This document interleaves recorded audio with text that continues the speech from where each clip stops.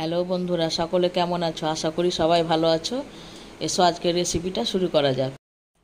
আজকে আমি তোমাদেরকে একটা মাছের রেসিপি বানিয়ে দেখাবো। এখানে আমি রুই মাছ নিয়েছি, রুই হলেও হবে আবার কাতলা হলেও হবে। 500 গ্রাম রুই মাছ নিয়েছি, আর 4 চামচ নিয়েছি কর্নফ্লাওয়ার, 5 চামচ নিয়েছি বেসন, 3 চামচ নিয়েছি রুল ময়দা, 2 চামচ আদা বাটা, 2 চামচ রসুন বাটা, পরিমাণ মতো লবণ আর হলুদ, 1 চামচ জোয়ান, আর 1.5 চামচ লঙ্কার গুঁড়ো, আর চাট মশলা নিয়েছি পরিমাণ মতো, একটা ডিম, আর লেবুর রস নিয়েছি পরিমাণ মতো, আর সর্ষের তেল।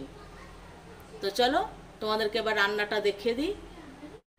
মাছের মধ্যে আমি 2 চামচ বেসন দিয়ে দিচ্ছি,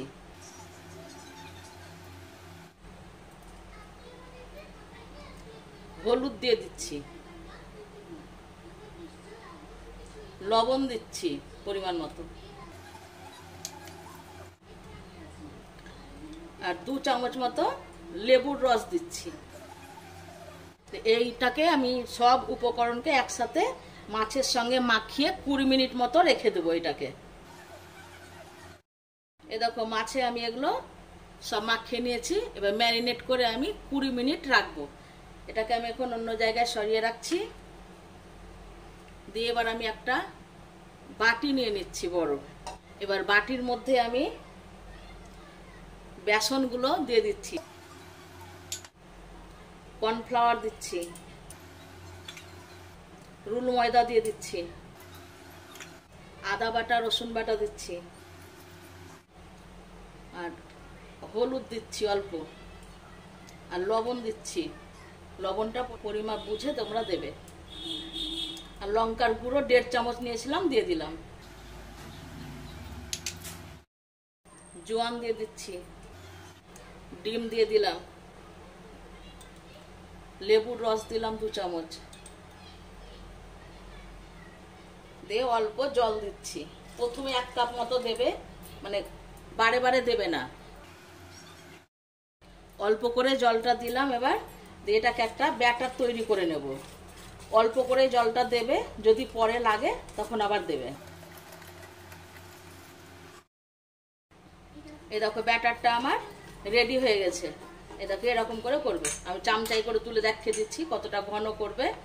এই দেখো এরকম ঘন করবে, বুঝতে পারছো? এই দেখো, তাহলে ব্যাটারটা রেডি হয়ে গেল। এবার যে মাছগুলো আমি ম্যারিনেট করে রেখেছিলাম 20 মিনিট আমার হয়ে গেছে, এই মাছগুলোকে এবার আমি একটা বাটির মধ্যে ঢেলে নিচ্ছি। দিয়ে এই মাছগুলোকে এবার আমি ভালো করে জল দিয়ে ধুয়ে নেব। এবার এ দেখো ম্যারিনেট করা মাছগুলোকে আমি ভালো করে এ দেখো ধুয়ে নিয়েছি জল দিয়ে। ভালো করে ধুয়ে জল একদম ভালো করে ঝরিয়ে নেবে তোমরা। দিয়ে এবার এগুলোকে আমি ওই ব্যাটারে ডুবিয়ে গরম তেলে ভাজবো, দিয়ে গরম গরম পরিবেশন করব চাট মশলা ছিটিয়ে। তো তোমরা দেখো আমি কেমন করে করছি। এই দেখো মাছগুলো ধোয়া হয়ে গেছে। গ্যাস ধরিয়ে কড়াই বসিয়ে দিয়েছি। কড়াই এবার আমি তেল দিয়ে দিচ্ছি, সর্ষের তেল দিয়েছি কড়াইয়ে। সর্ষের তেলেই ভাজবে। তেলটা গরম হয়ে গেছে। এবার আমি তেলটা গোটা কড়াইয়ের মধ্যে আমি এমনি করে একটু বুলিয়ে নিচ্ছি। দিয়ে যে মাছগুলো আমি ধুয়ে রেখেছিলাম ওই মাছগুলো এই ব্যাটারের মধ্যে আমি ডুবিয়ে দিচ্ছি। এরকম করে মাছগুলোকে ব্যাটারের মধ্যে ভালোভাবে ডুবিয়ে নিয়ে বন্ধুরা এরকম করে গরম তেলের মধ্যে দিয়ে দিবে, যেভাবে বেগনি ভাজো তোমরা আর কি, সেই রকম করে। গ্যাসের আঁচটাকে মিডিয়াম করে রাখবে। আমি আরো একটা মাছ দিয়ে দিচ্ছি। যে মাছগুলোকে এপিট ওপিট ভালোভাবে লাল লাল করে ভেজে নেব।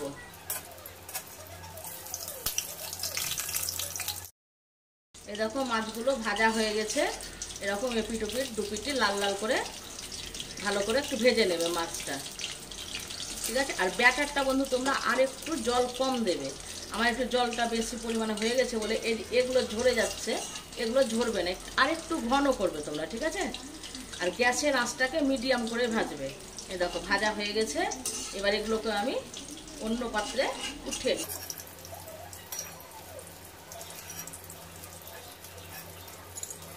এই যে এগুলো তাহলে ঝরে পড়বে না, তোমরা একটু জলটা কম দেবে, একটু ব্যাটারটা একটু ঘন করবে। আবারও একই রকমভাবে সব মাছগুলোকে আমি ভেজে নিচ্ছি। এই যে আবার এই ব্যাটারের মধ্যে মাছগুলোকে দিয়ে এরকম করে ভেজে নিচ্ছি। আবার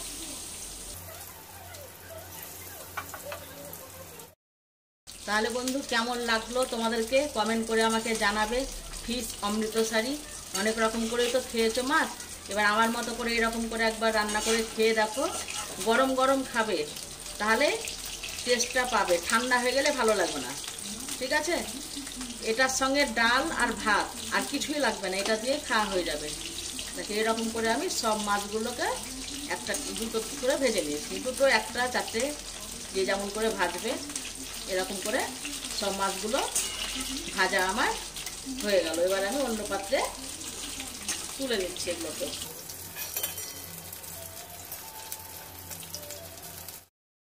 এই দেখো বন্ধুরা, সব মাছগুলো আমার ভাজা হয়ে গেছে। এবার ওই মাছের ওপরে আমি ওপর থেকে চাট মশলা ছিটিয়ে দিচ্ছি। এরকম করে চাট মশলা দিয়ে দেব। তাহলে কেমন লাগলো তোমরা অবশ্যই আমাকে জানাবে। ততক্ষণ তোমরা সবাই ভালো থাকো, আমিও ভালো থাকি। আবার কালকে আসবো যে কোনো একদিন রেসিপি নিয়ে।